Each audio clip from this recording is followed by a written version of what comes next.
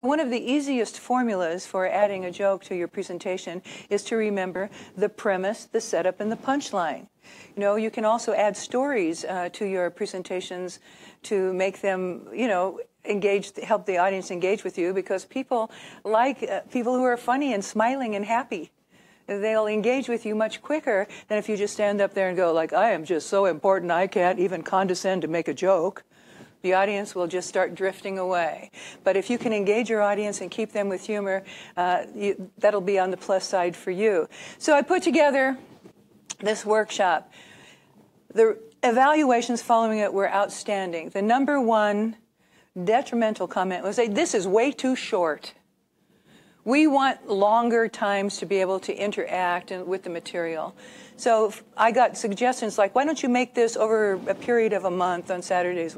I took this information to my committee chair at Purdue, and she suggested that I make this humor workshop my graduate project. So I was really happy to do that because I was going to be working on it anyway, and this way I get to work under, you know, the guidance and critical expertise of my committee chair, Dr. Teresa Carilli, and my committee members, Dr. Jane Campbell and Dr. Kathy Gelati. My deadline for producing my project, which will consist of a course manual that I'm writing, so it's information plus exercises that somebody can use either with me or without me, but hopefully with me in a workshop setting.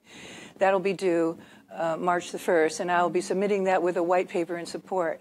Along with the actual text, I want to submit a business plan because I'm not just doing this for laughs. I want to be able to make this earn money for me. Over time, I hope, and I'm letting go with a big secret here, I would like to develop my product so that down the road, other people are delivering my workshop. So I'm, in a sense, licensing my course material, which will be copyrighted. Because, you know, I'm not getting any younger.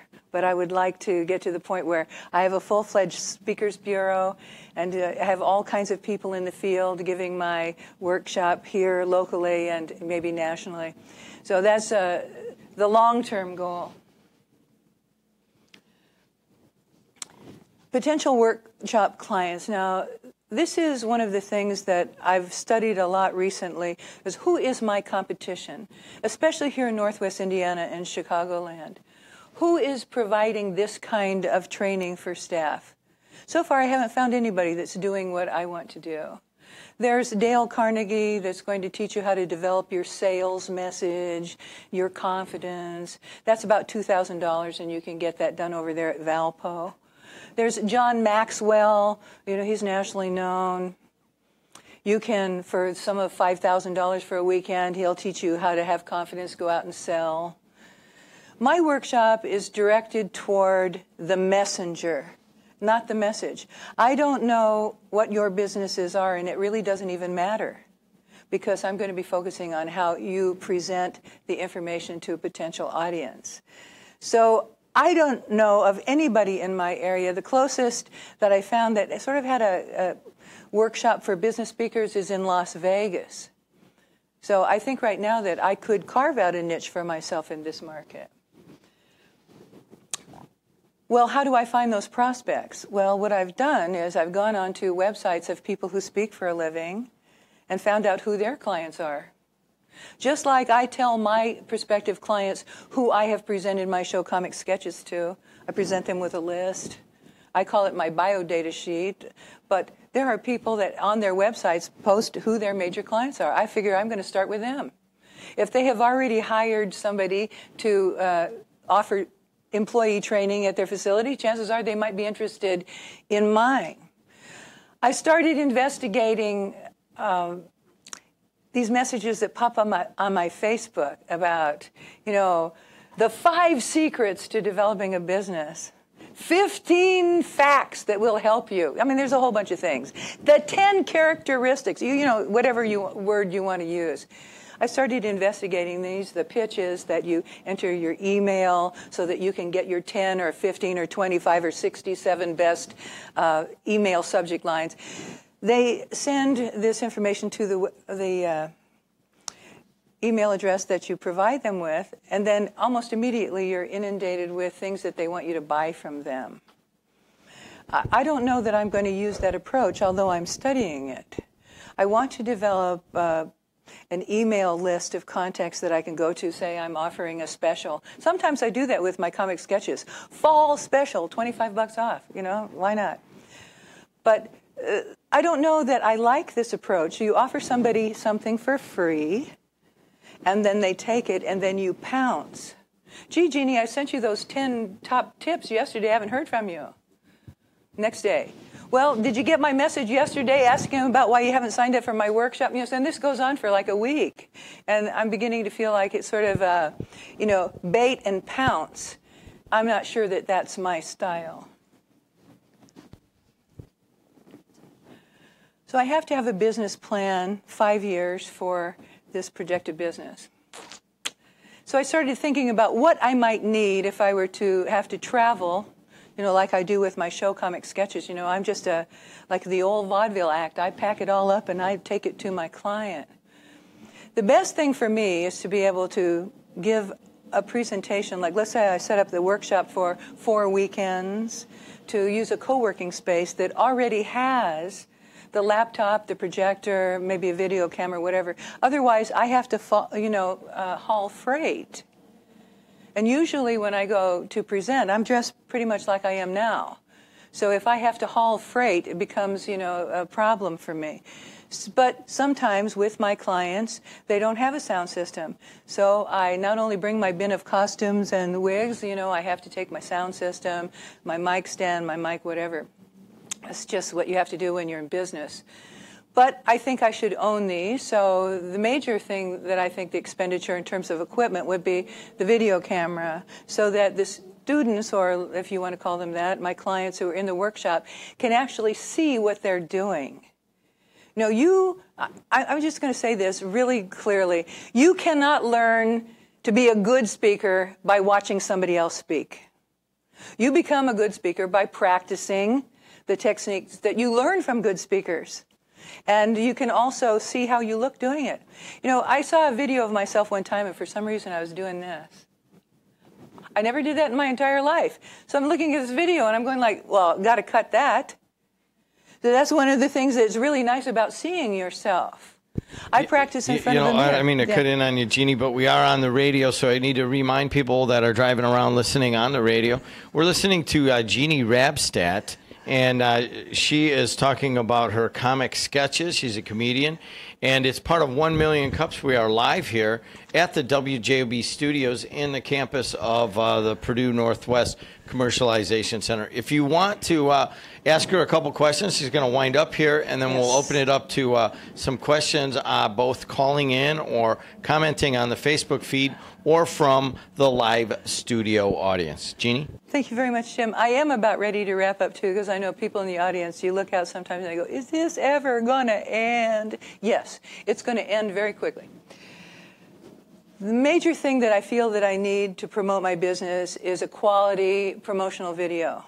I don't want to do that right off the bat because sometimes when you present your workshop, it grows and matures and gets better over time.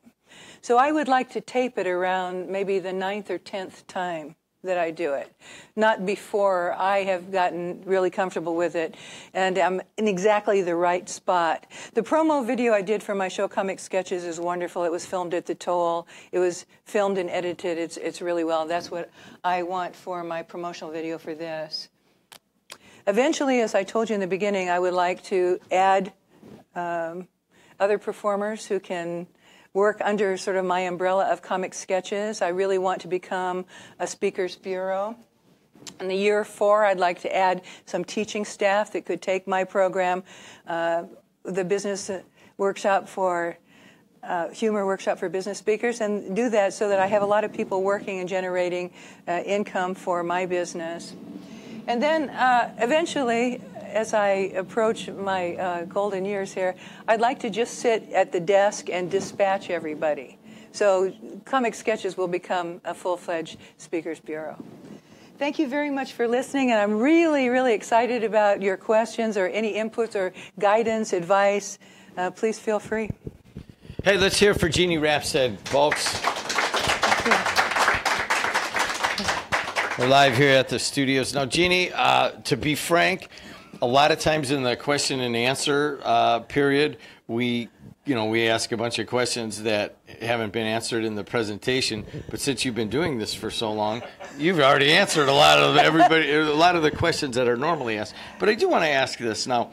You are going to school right now, and you are studying what? I'm a candidate for a master's degree in Communication and Creative Arts Department. And some of this is actually part of your assignment or fulfilling one of your requirements on the degree. So as you develop your business here and your business model and your startup business, how is the schooling delving with that? Well, right now... You got your own. Sorry, I put the mic in front of her face. I don't need to do that. Well, right now, this is just a discussion that I have with my committee chair because they haven't really seen any of the text yet. They'll be seeing some of that this semester here. But we've talked about possibly giving the workshop at Purdue. What I really want, I know this might sound just not very nice, but I just want the MA. Because this is one of the things when you go out in the world and you say, I'm an expert at this. Well, who are you? Well, I'm Jeannie Rapstad, master's degree in communication and creative arts. That's who I am. It sounds a little bit more impressive than, I just learned how to speak and blah, blah, blah. So I'm looking forward to the credential. But I hope that down the road, I will be able to maybe add to the curriculum in some way over at Purdue. So if you get a master's, does Gladys Stump also get a master's? No, Gladys Stump is really only interested in a date. She's not really interested in educating herself, and she's just up for dating. Has Gladys Stump resorted to any computer dating? Has she gone on any of these that we might be able to talk about? Gladys, yes. Gladys signed up for eharmony.com, really. And so she sent off her photo, and she wrote out her ad, and it said, wanted, 75-year-old stud for fun and romance. Viagra patients welcome. Well, they sent back her photo with a note that said, we're not that lonely. And that actually is part of the presentation for next week about the pup tents that the guy has, right? To further degrade the presentation here. 219-845-1100. Anybody have any questions or comments? We'd love to hear them. Mont Hanley has one, and Mont will be able to take mic 4 there, and he will, producer Sam Michael will turn that on. And are you ready to go, Mont? So, Jeannie, I need to hear a little bit more about the All Natural Fudge Company. Okay. And also, have you seen any of the new show, I'm Dying Up Here? I have not seen I'm Dying Up Here. Is it on one of the... It's set in the early 70s, yeah, and one of the characters does a one-man show in a deli. So when you said that, I thought, well, this is all about Jeannie's life. Yeah. Well, I have to tell you something. Thanks for asking that question. The Natural Fudge Company was one of the most popular vegetarian restaurants in the Hollywood area. And I used to see stars in there. I used to come in to watch my show. But it was the kind of place where it was a little bit noisy, and you're telling jokes, and people got sprouts hanging out of their mouth, and you really can't laugh. And then sometimes, when you give your build-up and you come right to the punchline, they'd go on the intercom, Smith, party of 2. It was one of those kind of places. So my idea, as you were giving your presentation about how you market this, is this was the golden age of comedians, right? Oh, yeah. On Sunset Boulevard. Yeah. Couldn't you build a marketing plan around something like that you were part of that? And yes. You've brought your skills to bring to other people on how to stand up and speak. And look, I've got my experience from the Natural Fudge Company. It could be a good marketing plan. I appreciate that. I should really think about that. When I met with the trademark attorney, I said, back in the early 90s, I had another name for my company. I called it Sage Communication Concepts. I didn't trademark it back in the days, but over time, I thought, well, now that I'm going to have a three-pillared business, you know, the show, the coaching, and the workshop, maybe I should, you know, dust off Stage Communication Concepts. Turns out that somebody is using it, and they've trademarked it, and somebody else is using it, and they haven't trademarked it. And so the attorney said, oh, forget that. Go back to Jeannie Rapstad Presents Comic Sketches, because that's what this is all about. Something that's funny, and it gives, from the title, you know right away that there's humor involved in this. I never really thought about using the Natural Fudge Company as part of my marketing, but there you go. You cannot speak in here if it's not into a microphone. Once again, Jim, for you folks driving around, we're live at the WJOB Strachan Van Til Studios, and if you want to be part of a movement, an entrepreneurial startup movement, you got to come out on Wednesdays. Right now we have Jeannie Rapstad. She has Jeannie Rapstad Presents Comic Sketches. Mon Hanley's asking her a question. He's the associate director here of the Commercialization Center. Go ahead, Mon. So, Jeannie, it's not so much about the Fudge Company. Yeah, right. But it's mostly about this new series called I'm Dying Up Here, and it's become a huge thing of itself. All the comedians who are on it are now doing specials on HBO and everything else. It's becoming huge, and you were part of that. Yeah. You should definitely investigate that and somehow tie into this. Grab onto those coattails and take this company forward. I thank you for that advice. I need to watch the show. Is it on one of the premium channels? Because oh, that's right. But I'll get it on Netflix. But thanks for suggesting that. Yes. Hey, guys, any other questions, any comments? You know, let's look at this right now. We have people in the room. You have the Commercialization Center here. You have WJOB and so forth. What can we do for your business to help it along? Well, I think that it would be a big help if you told everybody you know that I'm starting up a workshop that can help other speakers. Because word of mouth, I think, is the most effective way to get business. As I told you, I've been studying different forms of marketing that are coming to me via the internet, Facebook, other kinds of things. Everybody's trying to get, you know, their portion of the market. I don't know how effective they are. So I think that if you tell somebody, you know, this gal will give you this, and the best thing about it is, I'm very reasonable. You know, I'm not going to be charging any $2,000 to $5,000 for a weekend of your time. Oh, no. First of all, this market here in Northwest Indiana couldn't even bear that kind of a price. I know I made an investigation into the Dale Carnegie course that's being offered, you know, by Valpo on the side, and they were so happy to get a prospect. I hear from them every day. You know, come on over. And I go, no, I can't afford you. You're way too expensive. No, come on over anyway. I'll give you $10 off, whatever. So there is a lot of people that want this kind of training but really can't afford that kind of money. And we have another question. Go ahead. Yes, Jeannie, my name is Jim Rags. Great presentation. Thank you. My question is, how do you, there are a lot of people that would like to speak that are just too nervous. Mm-hmm. How do you get past that? All right, this is what I tell some of my clients who have come to me and said, you know, this is really, really nerve-wracking. You know, the fear of public speaking is called glossophobia. It's a real fear. And so I ask them, you know, what's the worst thing that could happen if you get up and you give a presentation and it goes south? Really, really, what is the worst thing that's going to happen? The worst thing that can happen is that you get upset with yourself. And you beat up on yourself. Nobody in the audience is going to do that.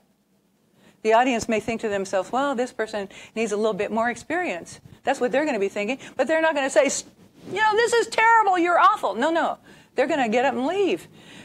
You are the one, the speaker is the one that's going to turn on themselves and say, boy, that really, really, oh, man, oh, geez. Nobody else, they're going to forget about it as soon as they walk out of the door. So you have to win over yourself. You have to overcome that fear by saying, what is the absolute worst that could happen to me? Guess what? Nothing. Nothing's going to happen to me if this goes south. That brings another question. I have a bunch of friends that speak, and some comedians also. And often there is somebody in the audience heckling. Oh, yeah. Mm-hmm. Get off the stage, boo. So what do you do about that? No, that is a really, really fabulous question, because there are some rude people like that do heckle. And I'm going to say this, knock on wood somewhere. Basically, I don't get heckled. You know, and I'm really happy about that because I have seen other people be heckled, especially when I used to work the Comedy Store, you know, the open mic nights. I mean, those people used to come in there, they'd paid a cover charge, a 2-drink minimum. They wanted you to be funny for the 5 minutes that you were up there. And some people just weren't ready for that kind of exposure, or maybe they drank. A lot of the young guy comics used to think, well, let me get 2, beers, some liquid courage here. Wrong, timing's all messed up, can't remember their lines. Fortunately, I don't get heckled, but if I got heckled, I would have to make a decision in my mind about, am I going to engage this person in this behavior, or am I just going to tell them to stop? You know, one time this lady was in the back row, and she was talking throughout the whole thing, blah, blah, blah, blah, blah.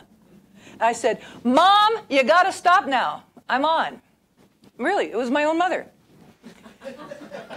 I had to tell her, Mom, stop talking. I'm working here.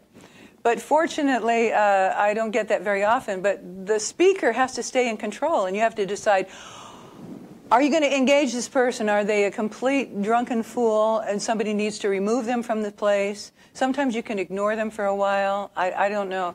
It's a case-by-case basis. Last question I have. For folks out there that would like to get in touch with you, did you leave your information as to how they can get in touch with you? I brought flyers here today so people can. What about the people that are listening on the radio? Yes, you can send me an email at Jeannie Rapstad at jeannieRapstad.com, and I'll get back to you. Yes, I have a website. That was one of the things that I started developing for my business is I finally got myself a .com website. Thank you. There you go. Hey, guys, let's hear it for Jeannie. Thank you so much. Thank you. Appreciate that. Once again, everybody out on the radio, on AM and FM radio, we'll continue on with you. But for Facebook and Twitter, we're going to end it right here. And locally, if you're watching, it's Wednesday mornings around 9:05, 9:15. We always have a presentation. They're always quality. They're all at different stages on the continuum of startup businesses. And we welcome anyone who wants to come out here. If you have any questions, all you got to do is look up the Purdue Northwest Commercialization and Manufacturing Excellence Center, and Mont Handley's contact information is there. That will end us on Facebook and Twitter. Until next time, thank you.